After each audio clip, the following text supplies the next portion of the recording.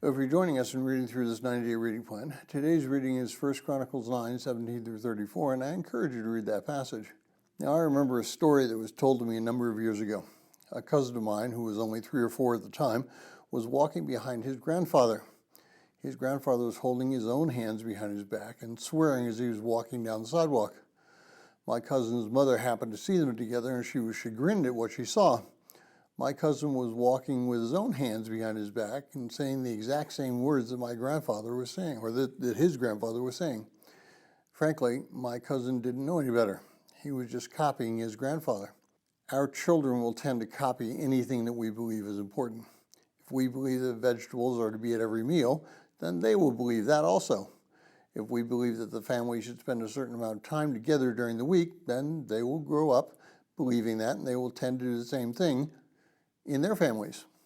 If your relationship with Christ is displayed in a consistent and reverent manner as well as a relevant manner, then they will tend to copy your behavior because they too will believe it.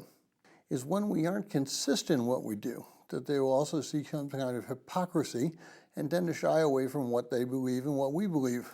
My older brother and I were talking one day about our father's style of raising children, and I happened to mention that my mantra in raising children was that if my father did it, I didn't do it, and if he didn't do it, I did it.